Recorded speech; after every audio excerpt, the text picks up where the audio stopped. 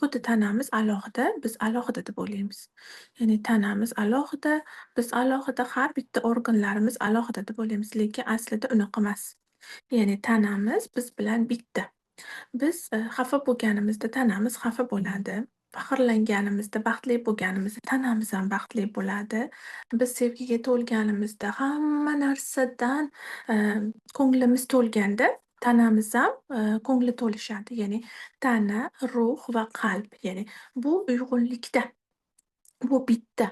Ya'ni hammasini, ongi bor.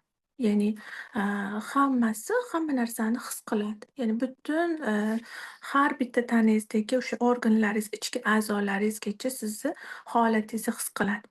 Bolalikda biz ojiz hisoblanamiz. Ya'ni ota-onamiz xohlagancha o'zini tutadi. Tanani vazni ortishi o'zi bolalik programmalaridan kelib chiqadida. Ya'ni, bola ongida bu bola, himoyasiz o'zini tutadi va ota-ona har xil cheklovlar qiladi, erkinlikni yopadi. "Unaqa qilma, ushlanma, turma, yurma, yugurma, borma, kelma, chiqma." Ya'ni hamma narsa cheklov. Ya'ni cheklovlar asosida o'samiz va, cheklovlar asosida o'sganimizdan keyin biz o'zimizni erkin his qilolmaymiz. Qanchalik erkinlik bo'lmagani sayin shunchalik tanadagi, og'riqlar ko'payaveradi. Ya'ni bizga og'riqlar bo'laveradi, og'riqlar bo'laveradi va buni agar bu og'riqlarni biz gapirib, misol uchun, o'rgatish kerak bolalarga bolalikdan o'sha unga yoqmayab turgan vaziyatlarni aytishga. Lekin bola o'ziga yoqmayab turgan vaziyatlarni aytolmadimi, ya'ni qo'rqdi, hozir urushib berishadi dedi, gapirish mumkinmas dedi. Yoki ba'zilarida onasi "Manga unaqa o'qrayib qarama, menga gap qaytarma" deb yuziga urib tashlaydi. Yoki "Baqirib gapirma, unaqa qarash mumkin emas, kattalarga unaqa o'zini tutish mumkin emas" deb zapretlar qo'yib tashaveradi. Shu zapretlar asosida biz gapirishimiz mumkin emas ekan deb butunlay xuddiki qafasdagi qushga o'xshab qolamiz. Va shuni, doirasida ya'ni chiqara olmaganimizdan keyin, ichimizga chiqara olmaganimizdan keyin u og'riqlarni his qilaveramiz. U og'riqlarni his qilganimiz sayin u og'riqlarni nima bilan yopamiz? Ovqat bilan yopamiz. Ovqat beraveramiz, tanamizga ovqat beraveramiz.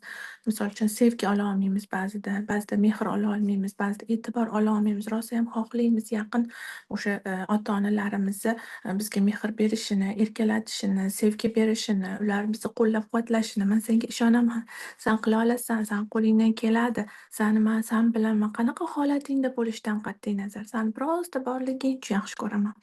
Sani qanaqa bo'lsang ham man seni qo'llab-quvvatlayman. Sani bu hayotimda borliging baxt degan narsani ololmaymiz shu narsani. Ular faqat bizga talablar qo'yishadi. Qachonki biz yaxshi o'qisak maktabda, qachonki yaxshi baholar olsak, nimanidir yaxshi bajara olsakgina, "Voy молодец, yaxshi" deb bizdan faxrlanishadi. Lekin biz boshqa holatlarda bizdan faxrlanishmaydi.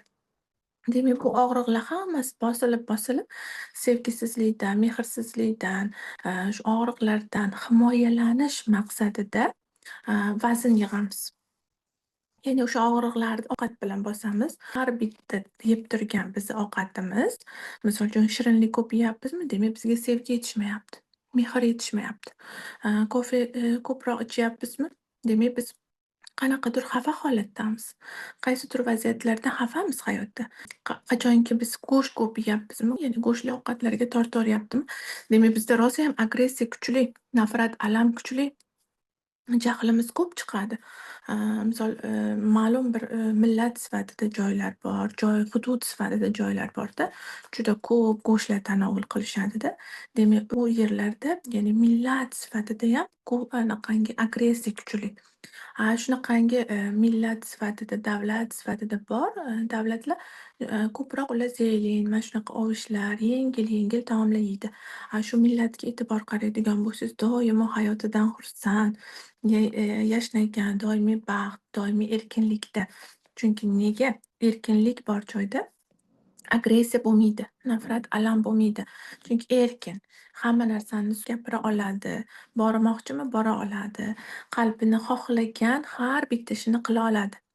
Qanchalik erkinlik yopilavergani sari, qanchalik, to'siqlar bo'laolgani sayin, to'siqlar qanchalik kuchli bo'lsa, shunchalik agressiya kuchli bo'ladi. Nafrat kuchli bo'ladi. G'azab, nafrat, alam bor joyda go'sht va xamirli ovqatlarga ko'p tortilish bo'ladi.